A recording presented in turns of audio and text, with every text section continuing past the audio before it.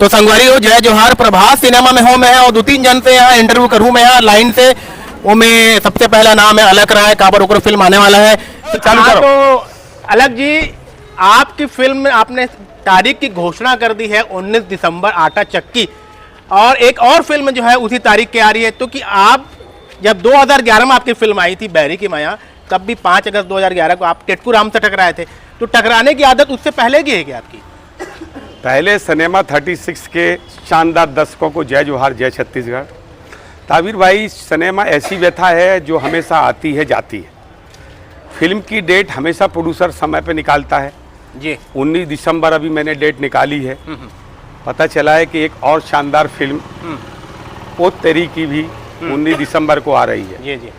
ये एक संयोग होता है क्योंकि फिल्में छत्तीसगढ़ में इतनी बन रही हैं कि एक डेट पे 2 फिल्में आने से प्रोड्यूसर को ज़्यादा फायदा है।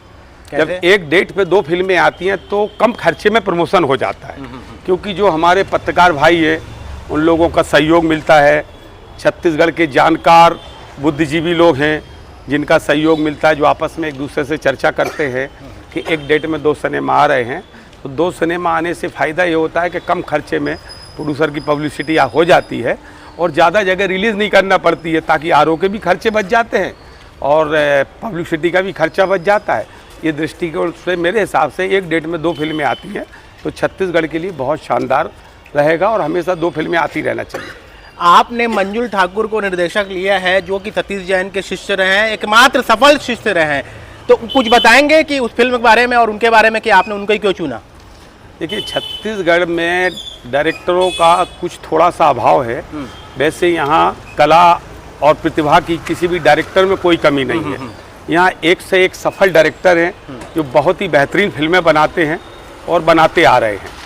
चूँकि ऐसा है कि यहाँ के डायरेक्टर थोड़ा बिजी हैं, तो अपन ने ये सोचा कि मंजू ठाकुर जो कि छत्तीसगढ़ से बिलोंग करते हैं, उनका पृष्ठभूमि कुछ यहाँ का रहा है, पढ़ाई लिखाई भी उनकी यही छत्तीसगढ़ में हुई है, तो एक उनकी खुद की ख्वाहिश है कि हम अपनी मिट्टी के लिए जहाँ पर हमने पढ़ा है और उनके गुरुजी सतीश जैन जी भी यहाँ हैं, तो उनकी ख्वाहिश है कि एक फिल्म बना, इसलिए मैंने चुना है उन्हें। आटा चक्की के बारे में कुछ बताना चाहेंगे आप? आटा स्टार कास्ट वगैरह कुछ बताएंगे? एक लव स्टोरी है जो कि न्यू स्टार कास्ट फिल्म बनेगी और 19 दिसंबर को संभवतः अपने ट्रेड के लोगों का सहयोग रहेगा तो उस दिन रिलीज भी हो जाएगी। अच्छा, एक सवाल आपसे, जो सयारा जो फिल्म आई है वो नई स्टार कास्ट है, पिक्चर जो है सुपर डुपर जारी है, तो क्या जो लोग जो नोन चेहरे होते हैं वो और जो अननोन चेहरे वो होते हैं, उसमें क्या रिस्क लेना कितना, ये क्या साबित करता है ये फिल्म जो हिट हो गई है? आप क्या बोलेंगे? देखिए, हर प्रोड्यूसर डायरेक्टर की एक अपनी सोच होती है।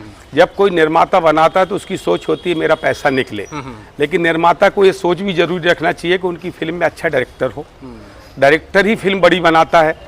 जो भी कलाकार बड़ा बनता है पहले तो वो नया रहता है ना, तो जब भी कोई नई फिल्म आती है तो डायरेक्टर अगर किसी अच्छी स्टार कास्ट को लेके नई को बनाता है तो मेरे हिसाब से बनाना चाहिए, और नए कलाकारों को मौका मिलेगा तभी तो वो पुराने बनेंगे, और पुराने का रिटायरमेंट होगा।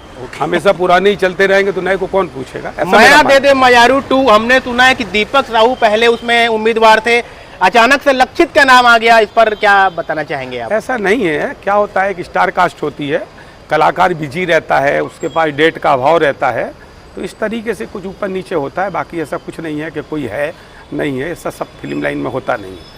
एक समय की व्यथा होती है, कलाकार की डेट किसी दूसरी फिल्म में एंगेज होती है और प्रोड्यूसर को अगर उस डेट में फिल्म बनाना है तो किसी ना किसी कलाकार का चयन करता है। लेकिन इस फिल्म की तारीख आपने पिछले साल घोषित की थी और फिर अगले साल की तारीख आ रही है उसमें, इसमें क्या विश्वास डगमगाएगा नहीं कि अलग जी समय पे आएंगे कि नहीं आएंगे? क्या होता है, पिछले साल भी हमने 2026 ही बोला था। अच्छा। लेकिन लोगों ने 2025 समझ लिया था, उनकी गलती है, तो एक आध दिन डेट ऊपर नीचे होती है, बाकी पिक्चर 2026 में ही रिलीज होना है। चलिए, बहुत बहुत धन्यवाद अलग जी। थैंक यू भाई।